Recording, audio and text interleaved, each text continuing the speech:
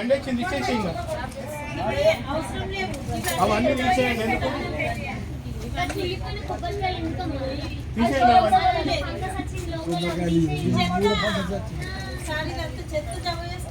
అమ్మ అవన్నీ తీసేయండి.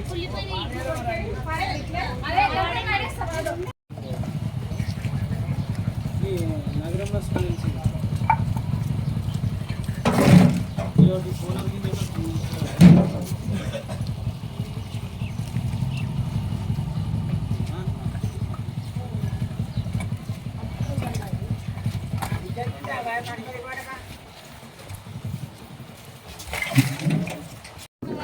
సార్ గిట్టుండండి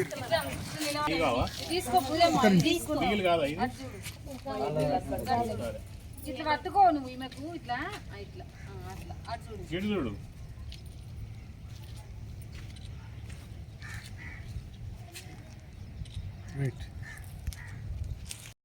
ఈరోజు చెల్మెడ గ్రామంలో ఫ్రైడేగా చేస్తున్నాము.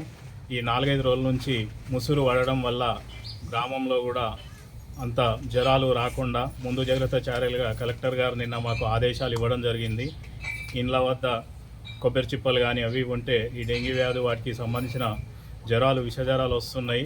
మా మండలంలో ఎవి కూడా రావద్దని చెప్పేసి ఉద్దేశంతో మేము నిన్న ప్రొద్దున జీపీ స్పెషల్ ఆఫీసర్లకి మండల పంచాయతీ కార్యదర్శులందరికీ కూడా చెప్పడం జరిగింది. ఈ సందర్భంగా నేను ఈ చెల్మెడ గ్రామంలో జీపీ స్పెషల్ ఆఫీసర్గా ఉన్నాను.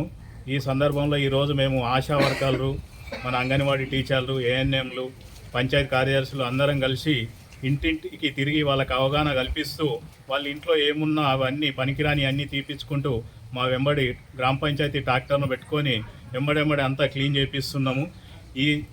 ఈ ప్రక్రియ వారం రోజులు చేస్తున్నాము. వారం రోజుల లోపల ఎలాంటి చెత్త చెదారం లేకుండా చేసి ఈ గ్రామంలో ఎలాంటి ఇబ్బందులు లేకుండా జ్వరాలు రాకుండా చూసుకోవాలని చెప్పేసి మేము అందరము మీటింగ్ పెట్టి అందరికి ఆదేశాలు జారీ చేయడం కూడా జరిగింది.